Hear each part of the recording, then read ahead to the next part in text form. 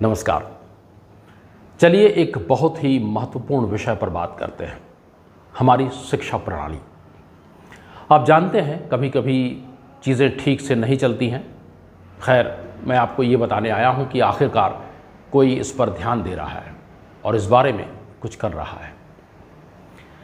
हाल ही में बस्तर जिला के कलेक्टर ने खराब प्रदर्शन करने वाले स्कूलों के कुछ शिक्षकों और स्कूल प्राचार्यों के साथ बैठकर इस बारे में बात करने का फैसला किया कि क्या गलत हो रहा है और ईमानदारी से कोशिश करने पर उन्हें बधाई दी।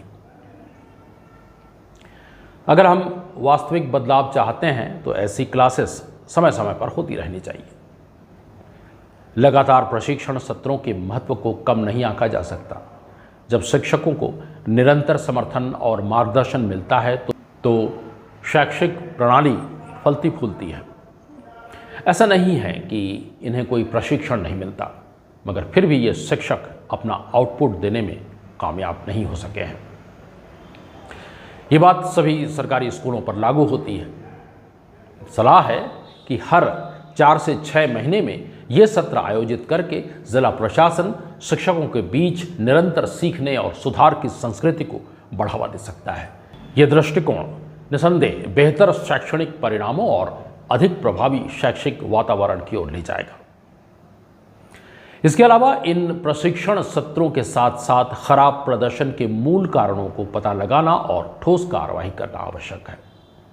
संबंधित सुधारों को लागू किए बिना केवल व्यावसायिक विकास के अवसर प्रदान करने से सीमित परिणाम मिल सकते हैं। आलोचकों के द्वारा एक प्रासंगिक टिप्पणी की गई है कि कई शासकीय शिक्षक, अधिकारी, कर्मचारी अपने बच्चों को निजी स्कूलों में पढ़ाते हैं। अगर ऐसे प्रभावशाली व्यक्ति अपने बच्चों को सरकारी स्कूलों में भेजते हैं तो पढ़ाई व्यवस्था पर स्वतः ही बड़ी मॉनिटरिंग होगी और वे स्वयं ही इसके सुधारों की दिशा में आगे बढ़ सकेंगे। सरकारी शिक्षकों और निजी संस्थानों में कार्यरत लोगों के द्वारा प्राप्त वेतन के बीच एक महत्वपूर्ण और बड़ी असमानता मौजूद है। ये उम्मीद करना उचित है कि उच्च वेतन पाने वाले शिक्षक बेहतर परिणाम दे सकते हैं, फिर भी ये नहीं दे पा रहे हैं।